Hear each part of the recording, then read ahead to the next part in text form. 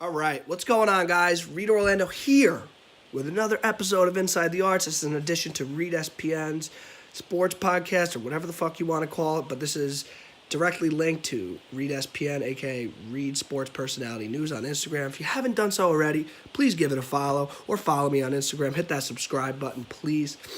Now, this weekend, this week I should say, besides all the bullshit that's happening in New York right now, whether you're happy that Le'Veon Bell's on the Jets or whether you're crying that Odell Beckham Jr. is gone, there's more important shit to deal with, ladies and gentlemen, and that is Fight Night London, which is happening this Saturday night and is headlined by Darren Till versus Jorge Gamebred Masvidal. To start off my breakdown, we're going to start from the bottom of the main card and we're going to work our way up. So the first fight of the night, we have a middleweight bout between Jack Marshman versus John, aka the White Mike Tyson Phillips. Horrible nickname. Definitely should change that. John Phillips, you're 0-2 in the UFC. Anyways, these are two English guys. Marshman is coming off a two-fight losing streak. He last lost to Carl Roberson. He has fast hands. He typically likes to lead with his jab. Primarily a puncher who doesn't throw many kicks, which we saw when he last fought Carl Roberson. Roberson just had way more tools to win than Marshman, honestly. He incorporated a lot of kicks, Roberson, and that's really what led to him getting the win. He even took Marshman down and inflicted some good ground and pound. But anyways, Marshman had a hard time really closing the distance on Roberson. He really throws long combos. If he sees the opportunity to throw punches and bunches, he will unload if he gets you up against the cage. He has heavy hooks. He has a good chin. Roberson connected on a beautiful left hook, and he ate that and kept walking forward. He does have a chin on him.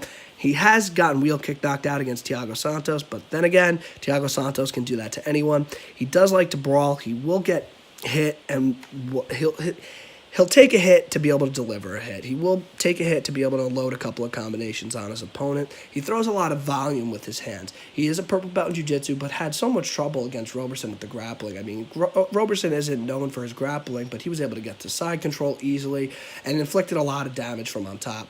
He does keep his hands in a low guard. He does keep his hands in a low guard, which... Hold on. Keeps his hands in a low guard, and he did get clipped a lot when pressured forward. He tends to drop his hands when pressured and cornered. We saw that in his last fight against Carl Roberson.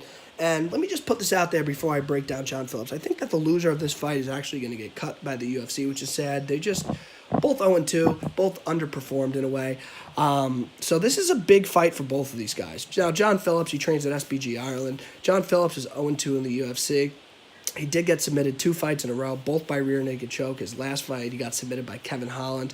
5 of his 8 losses have come by submission. Should avoid being on the ground at all costs. Even though Marshman isn't a phenomenal grappler, should avoid being on the ground because Marshman is a purple belt. And I don't know, maybe we'll see Marshman do some... Maybe we'll see him out-grapple him. Who really knows? Phillips has heavy hands. 18 of his 21 wins have been by TKO or knockout.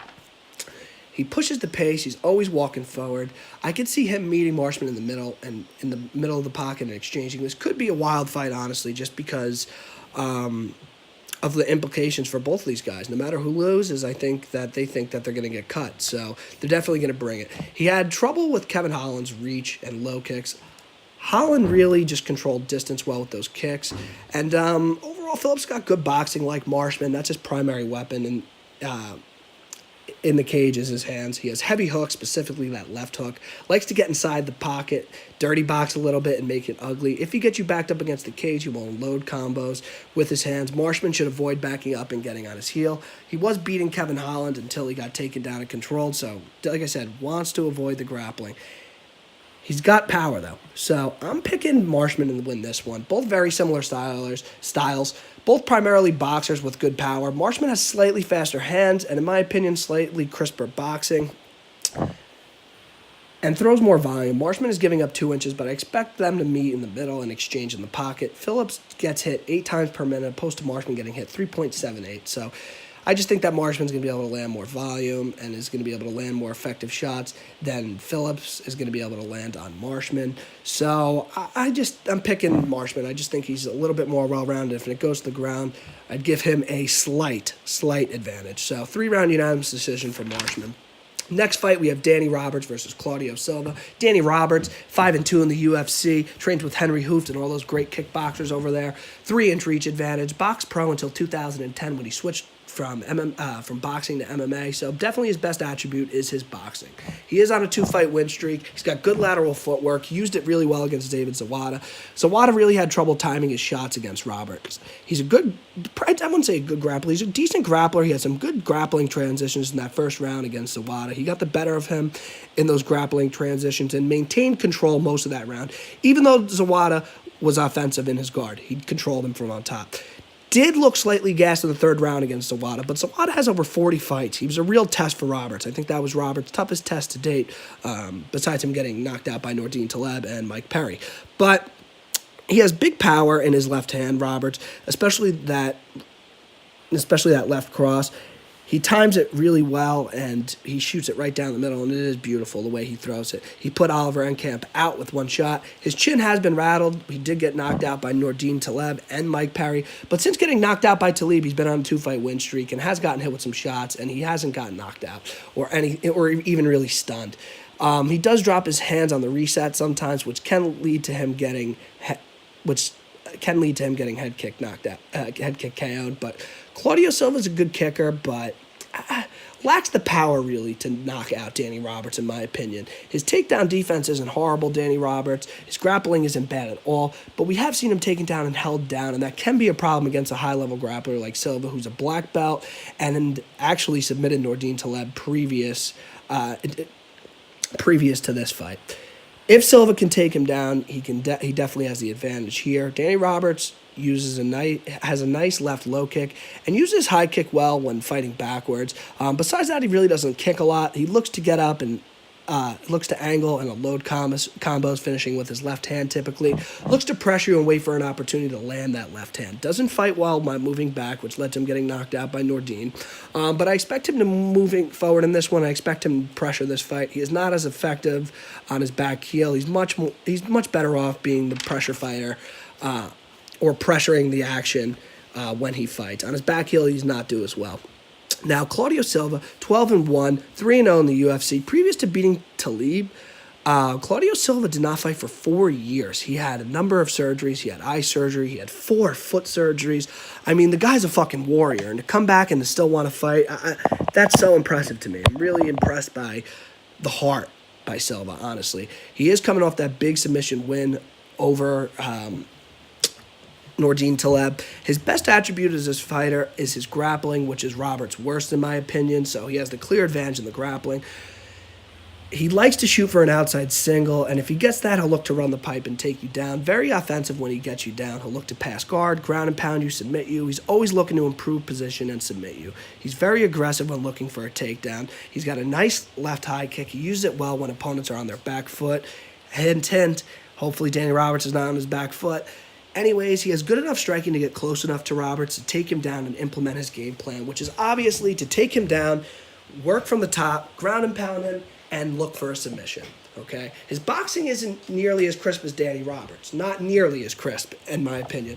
So I definitely think Roberts is going to look to stay on the outside, use that reach advantage, but he's really good at closing the distance, Silva, so we'll see what happens. I think that the winner here is going to be Claudio Silva. I think he will be able to take him down and implement his game plan. Silva is clearly the better grappler and has to be careful to not leave himself open for Roberts' left hand. He has to shoot proper takedowns. He can't just shoot to shoot. They have to be well-timed as Roberts comes forward. If he is able to take him down at least once each round, he can control him and look to improve position and can submit him. Roberts can stuff some takedowns, but I think Silva will get him down eventually and will inflict some damage from up top. So I'm going to pick Silva, second-round submission. Let's just say Darce. Second-round submission via Darce choke. Now, for the third fight of the night, we have Nathaniel Wood versus Jose Quinones. This is a fun fight. Those of you that don't know Nathaniel Wood, there's a lot of hype around him. He's one of the hottest prospects coming out of the UK. He's 2-0 in the UFC. And previous to the UFC, I was hyping up Nathaniel Wood for a while, if you look back on my Instagram. Nathaniel Wood's a great fighter, bringing some new light into that bantamweight division.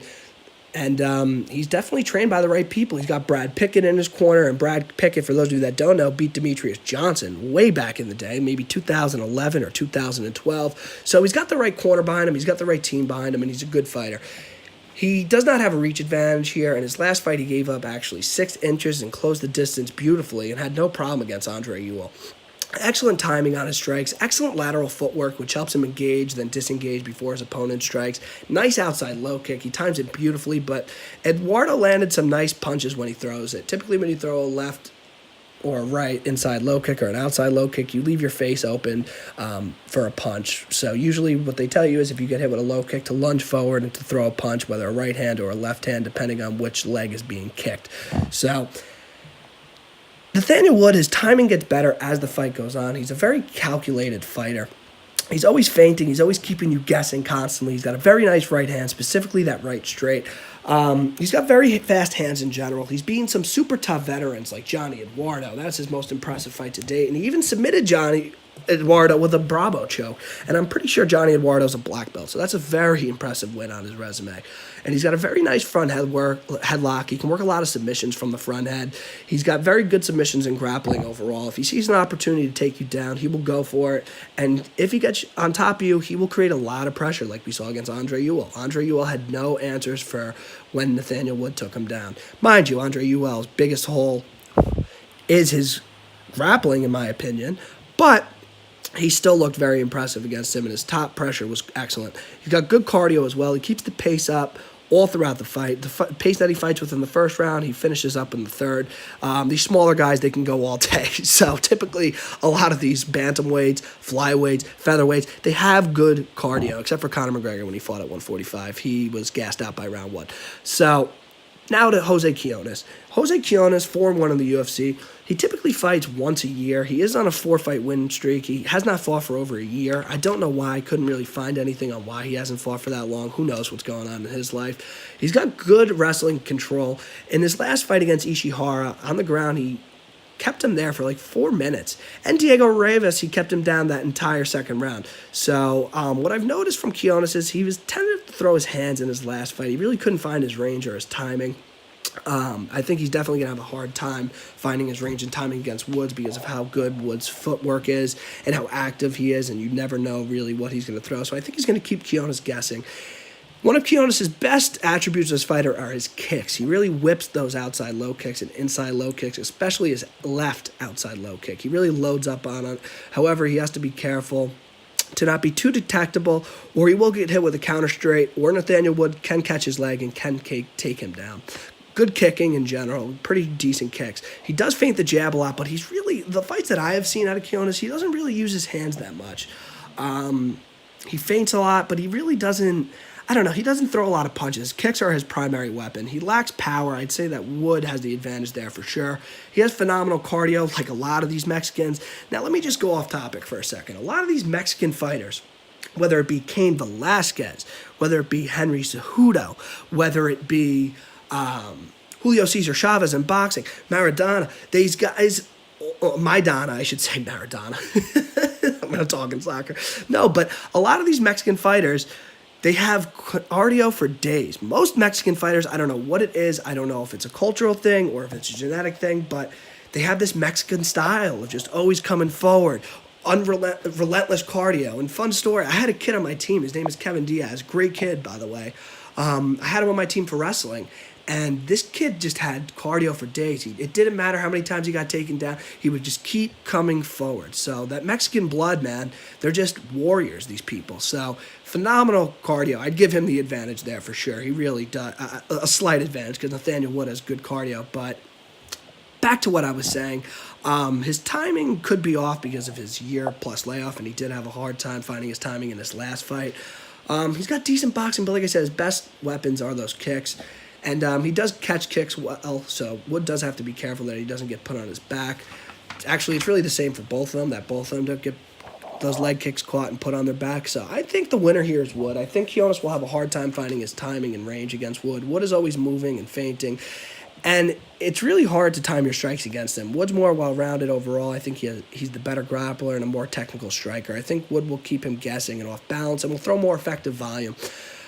So, just going to say that I think Wood's going to win. Quinones hasn't fought for a year. He's going to have a hard time finding his timing. So, let's pick Nathaniel Wood, 3-round unanimous decision. Now, the next fight. This fight can end any minute, any second. I think this could end in the first round, but I'm picking it to go a 3-round unanimous decision.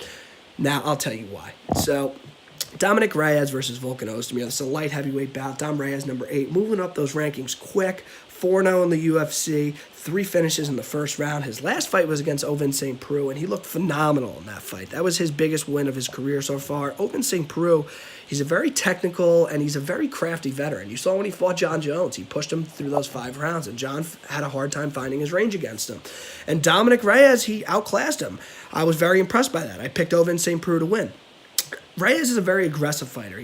I'd be curious to see if he lunges in fast in that first round because it can get him into trouble against Volkan because of Volkan's power. He's got a beautiful 1-2 combo, jab, left, straight, heavy hands in general. His uppercut is what led him to finishing Jared Cannonier. So he's got good boxing. He's got active hands. He throws more volume. If he gets you hurt, he will go in for the kill, disregarding his defense. He has to be careful if he clips Volkan that he doesn't leave himself open for power shots by Volkan.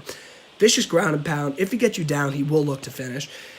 He avoids heavy power with his footwork. He's got excellent footwork for a light heavyweight. He really does. He invades, then engages on his own terms. He's got very good footwork, and he uses lateral footwork and he should use his lateral footwork to avoid Volkan's flurries of bombs. He's definitely the longer, more athletic and agile fighter than Volkan. He can get the better of him of athleticism alone. People forget Dominic Reyes played Division I football at University of Stony Brook. Mind you, D1 AA, nothing crazy, never in the top 5 of anything, but still D1 football. He's a good athlete overall. And he's got very nice leg kicks, especially to the outside. I can see him using them to slow Volkan down in those early rounds to limit his movement. Then he'll start to open up with his hands. He's got good cardio. He keeps a steady pace throughout 3 rounds, which we saw against Ovin St. Preux. And that was the big question going into that fight was, how is Dominic Reyes going to fight if it goes past the first round? Because every one of his fights have ended in the first round. And he answered those questions, and he looked great. He applied a lot of pressure to Ovin St. Preux in the 3rd round, and so the question is answered. Does he have cardio? Yes, he does have cardio. He needs to avoid his back being up against the cage because Volkan will unload power shots to the head and body. I think he's certainly the quicker fighter with better footwork and timing. He's going to want to use his reach and fight from the outside. He can engage in the pocket, but he does have to use his footwork to evade and get out of the way in time for Volkan's power shots. Now, Volkan Ozdemir, he's coming off 2 submission losses in a row. His last loss was to Anthony Smith, where he was winning that fight till the 3rd round and then got submitted. Volkan trains with Henry Hooft as well, with Kamaru Usman, Robbie Lawler, Luke Rockhold, and all those killers, Michael Johnson. He has one-shot knockout power. He's one of the hardest hitters in the UFC, for sure. I think he's one of the hardest hitters. I'd say he's a top 3. I'd say he's the 3rd hardest hitter in the light heavyweight division right now. His big weak point is his wrestling, however. He goes balls to the wall in the first round, wastes a lot of energy in those first 2 rounds, especially the first round. He has to be careful not to gas out because that's how Smith submitted him. He got tired. Anthony Smith waited for the right time, timed that takedown beautifully, landed a couple shots from up top, got his back, and cinched in that rear naked choke beautifully. So, does have to be careful about maintaining energy because that's been the only knock on his career so far, as well as his wrestling and his just overall his jiu-jitsu and his wrestling, his grappling in general, we can sum it up to. He's a very aggressive kickboxer. He's got a very aggressive kickboxing style, like a lot of his teammates over in... I don't even know the name of Henry Hooft's gym. It was Black Zillions, but now it's something else. Like the last 2 years has been something else. So I'm just going to say Henry Hooft's gym. He's got very good dirty boxing, Volkan, especially in the clinch. He doesn't need much space to hurt you while dirty boxing, like we saw when he fought Jimmy Mano. All he needed was a little bit of separation, and boom, he knocked Jimmy Manoa with a couple of good shots, and then that put him out. And I'll tell you what, Jimmy Manoa's chin is questionable. I'm not going to lie, like we've seen in his last couple of fights, but that was still his most impressive win so far. He's got a very nice jab, but he really throws it stiff. He likes to follow up with a right hook typically, but I think Reyes can evade those with his footwork. He's got powerful hooks. Reyes is going to want to avoid it at all costs. He does leave himself open, however, when exchanging and pressuring forward. He can get caught by a shot from Reyes. So, overall, Volkan's very explosive. Every shot he throws is to put you out, and he wastes a lot of energy doing so. He's got heavy low kicks as well. He throws a lot of power behind it, so Reyes is definitely going to want to watch out for that and to check those kicks. I definitely think that he has the power advantage over Reyes.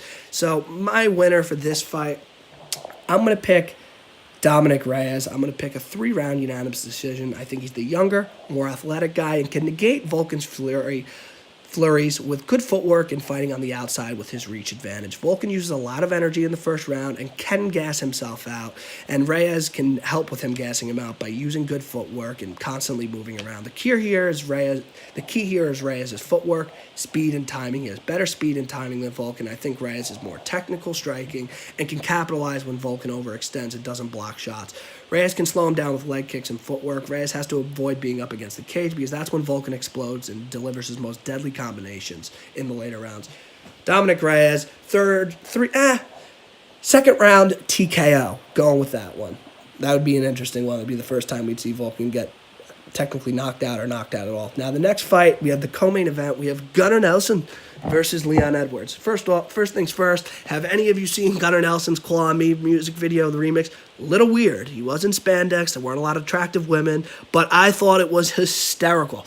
Gunnar Nelson is starting to show more of his personality, and I like it. For a while, he was kind of just this, I don't know, he was just a cold, calculated guy, and he still is a very calculated guy, obviously, but you didn't really get to see his personality. Mind you, he is from Iceland, totally different culture, but I'm starting to really like Gunnar Nelson's personality. His last fight was his first fight back in a year, and he looked phenomenal against Cowboy Oliveira. Those elbows from top position were deadly and ultimately led to Oliveira getting submitted. He lunges forward in that karate stance. He likes to engage in the pocket and evade the pocket at his own terms. He's got very good footwork, has a clear grappling advantage in this fight against Leon Edwards. He's one of the best grapplers in MMA, period. He is going to look to take him down and submit Leon Edwards, but Leon Edwards is the better striker, in my opinion. Grappling is his key to winning this fight. If he can take him down and control him, I definitely would give Gunnar Nelson the win in this fight. If he takes him down, he has to inflict ground and pound with those elbows, with punches. He has to make it nasty from up top because Leon Edwards is a scrappy guy and he will keep coming forward. He's a good striker as well. We saw him pretty much outclass Brandon Thatch, who was a legit kickboxer. Mind you, he submitted him, but what led to him submitting him was a right hand. So Gunnar Nelson has good striking, and a lot of those SBG Ireland guys have good striking. The key to beat Edwards is clearly his grappling. He has power in his right hand, especially when he slips it right down the middle. It is beautiful. He's got great timing on that right hand. He does keep his hands low at times, which is a problem when he backs up on his back heel, because Edwards, while coming forward and pressuring forward, can land some good shots if he gets Gunnar backing up, because typically Gunnar drops his hands. Now, Leon Edwards, his brother Fabian Edwards, if you have not seen Fabian Edwards fight, you have to check him out. Fabian Edwards is a phenomenal fighter. He's in Bellator right now. He's one of the hottest prospects in the world at one point, like top 5 in the world in terms of prospects, signing with a major organization.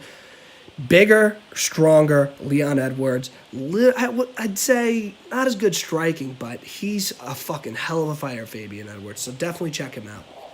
Leon Edwards is on a 6-fight win streak right now with his last win against Cowboy. He's got very fast hands.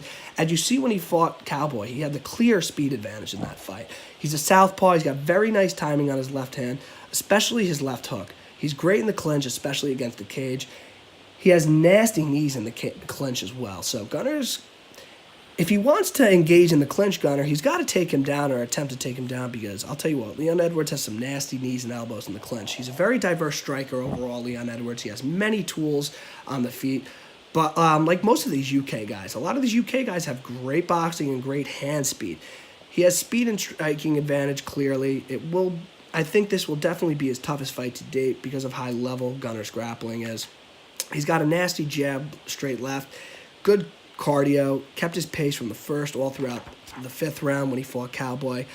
He's going to look to feint and keep Gunnar guessing and to slow him down, but I don't know if that's going to be enough, because as soon as Gunnar gets him down, he's in a world of shit. So I think that the winner here is Gunnar. I think he has good enough striking to not get outclassed on the feet by Edwards. He has a clear advantage in the grappling, so I expect him to attempt takedowns and should be successful with some of them. I expect him to mix it up with the takedowns and with the strikes to keep Leon Edwards constantly guessing. And the more Leon Edwards pressures forward, I'm choking right now. I don't know what the fuck's going on. The more he pressures forward, the more it gives him an opportunity to get taken down. Cowboy even took down Leon Edwards in the 4th round. His jiu-jitsu is phenomenal, Cowboy, but he's never been a great wrestler, and I think that Gunny's definitely going to... I definitely think he's going to expose Leon Edwards in this fight. Leon does have a 70% defensive takedown rate, but it will be tested against Gunnar. If it stays on the feet, Leon has a clear advantage, but Gunnar is successful in 57% of his takedowns, and I expect him to get a couple in this fight, which will lead to him grinding him out on top and controlling him and ground and pounding him. Gunnar, second round submission, picking that one. Now, for the main event, Darren Till, number 3 in the world, versus Jorge Masvidal. This is a welterweight fight. Darren Till, 17-1 right now. His last fight, he got submitted and really outclassed by Tyron Woodley. He barely landed any shots the moment the fight started. But one thing that I'd like to say is that Darren Till has the clear size advantage in this fight. He's one of the biggest welterweights on the planet. And one thing that was brought to my attention by my man Dean Conti was that we'll see if he even makes weight. If he doesn't make weight, he's going to have to move up to middleweight. Now, if he makes weight, I'd be curious to see how healthy he is. It takes your body a couple of days to really regenerate and to recoup to its full potential when you cut that much weight. I think he walks around at about 215, 220 pounds almost, in that range. So he is a big guy, Darren Till. He's a Muay Thai specialist. His jab right-hand combo is quick and usually steps into it. Usually steps into his combos for the full potential of it. He stuffed a lot of takedowns in his last fight against Tyron Woodley. And what really led to him getting submitted was him, I don't know, he was too predictable with that combination he likes to throw, with that jab right-hand combo. It really, Tyron predicted it, and he was able to uncork that right hand right down the middle. He timed it beautifully, and then from there, he was just inflicting ground and pound, and they eventually passed his guard and submitted him. I believe we submitted him with a head and arm choke. So I don't expect Masvidal to necessarily take him down. Masvidal has some good wrestling, and he tried to use a little of it in his last fight against Wonderboy, but he's never been a great wrestler. He's always been a striker, Jorge Masvidal. I think this is a good matchup for both of them. I think this is going to be a really good fight. But, you know, Jorge Masvidal hasn't fought for a long time. And I definitely think that in terms of freshness and in terms of just timing overall, I'd give the advantage there to Darren Till for sure. Darren Till's got that piston of a left hand. If he finds his range and timing, he wasn't able to find against Woodley, but we saw against Cowboy he unloaded that left hand. He's got sneaky fast uppercuts, too. He displayed that versus Cowboy as well. Till likes to pressure forward and get you on your back heel, then will lunge forward with his jab, then follows up with a left hand down the middle. I'd be curious to see how he reacts to Masvidal pressuring the action. Till usually pushes the pace, so we'll see what happens there. We'll see within the first minute the pace of this fight. I expect this to honestly be a brawl. Both don't back up, and both of them love to throw hands. In close range, he likes to throw elbows, especially in the clinch. That elbow almost knocked Cowboy's head off. That was gorgeous. It split him open right away. And that's really what jump-started Darren Till's career into stardom. Till cannot be predictable with his jab, left straight combo. That's what got him in trouble, and that's what got him dropped versus Woodley. Woodley timed it and countered it properly, like I was saying before. He's got a great chin, though. Even though Woodley took him down and ground and pounded him, he still took a lot of shots and was still fighting until he eventually got submitted. But he's got a chin on him, Darren Till, and he's tough as shit. This fight really has bar brawl written all over it. This is going to be a very technical look at this more like a Muay Thai fight. I mean, I don't see these guys taking each other down. Masvidal's background is in Muay Thai as well. I think this is going to be a very high-level striking match. Different than with Wonderboy, because Wonderboy uses a lot of his footwork to, I don't know, confuse you. He's not the biggest volume striker, Wonderboy. He's more of a point fighter. He looks to land a couple of shots to get up on the scorecards and to get a win. So this is going to be a more exciting fight than that one, honestly. It really is going to be a more exciting fight. Till, he did not do well against grapplers, which we saw against Woodley. So if Masvidal wants to shoot for a takedown, mind you, Till's got 86% takedown defense. I think that maybe he can be successful on one, and I think that should be one of his, it should be one thing that he would want to implement in his game plan against Darren Till. Till, there's no reach advantage in this fight, but Till just fights so long. He's usually always controlling distance with that jab and the threat of the teep. He uses that teep a lot to control distance. Even if he doesn't throw it, he'll threaten it so your opponent knows what he's doing. He's phenomenal in the clinch, so Masvidal does have to avoid that. And he can fight 5 rounds. He's got good cardio, which we saw when he last fought Wonderboy. Well, not last fought, when he fought Wonderboy before getting the shit kicked out of him by Woodley. Now, Masvidal. Time for the breakdown of Masvidal. Masvidal has not fought in 16 months. He last lost to Wonderboy. He rises to the challenge, especially when it's in another fighter's hometown. Now, pay attention to this because this is big. He loves to ruin a good tea party. Like that? Ruin a good tea party because he's fighting an English guy. He ruined Cowboy's homecoming when they fought in Denver, Jorge Masvidal. He took it to him and really... he embarrassed him in that one. That was a hard one for Cowboy to come back from. But obviously, Cowboy is still persevering and still fighting and still up there for title contention. They're trying to get him and McGregor, but McGregor doesn't want it because it's a co-main event. And I don't blame Conor. I'm all for Team Conor. He's not a fucking co-main event. He's a main event. Make some fucking money off him, for fuck's sake. Put him in a 5-round fight. Figure it the fuck out. It doesn't matter if they're... It doesn't matter if there's a title fight or not. If it's a good fight, fans will watch it. And I will 100% buy a 5-round fight between Cowboy and McGregor. Anyways, back to Masvidal. Very talented boxer. He's got crisp hands, very nice low kicks. I expect him to use them to slow down Till and slow down his mobility. He used it well against Wonderboy. He really did land a couple of nice outside low kicks on Wonderboy, which definitely slowed down his mobility. Like I said, he's got good wrestling, but he uses it really to stuff takedowns. He should use it offensively in this one. He uses wrestling more defensively. He'd like to switch it up and use it more offensively, to switch it up and to keep Till guessing. He has to make it ugly. He has to keep Till guessing with his Muay Thai and his wrestling. It has to show a variety of strikes. And he has to get Till's respect in that first round. Otherwise, Till will walk him down and will start landing some bombs. And I'll tell you what, he could finish it in the second or third round, Till, if Masvidal does not get his respect. Wonderboy had a lot of success pressuring forward and landing strikes versus Jorge, as Jorge backs up, I should say. Masvidal cannot get on his back foot because that's when Till unloads his arsenal of strikes. He's not Tyron Woodley or Masvidal. He doesn't look to set up a trap with that right hand. He's moving backwards. He's not the best fighter, not great while fighting backwards like Wonderboy and some of these other fighters. So he's going to want to pressure. So I think these two will meet in the middle. I think that he was tentative to throw versus Wonderboy. Couldn't find his timing. I think he'll have a rough time in this fight finding his timing. He's got a powerful right hand, and he really likes to zip it down the middle. But I'd be curious to see if he even lands it. If he lands it a couple of times, he can get Till into some trouble. So my winner for this, I'm picking Till. 5-round unanimous decision. I think Till will slow the fight down and will fight his game. I think he'll pressure Masvidal and will look to capitalize when he's on his back foot. And I think he'll strike and unload when Masvidal's on his back foot. I already said that. Masvidal will make this a good fight, though, however, because of how game he is. He always rises to the occasion. I expect Masvidal to use low kicks to slow Till down, but I expect Till to counter off of them. Till has the advantage with the clinch for sure. Till is just a more technical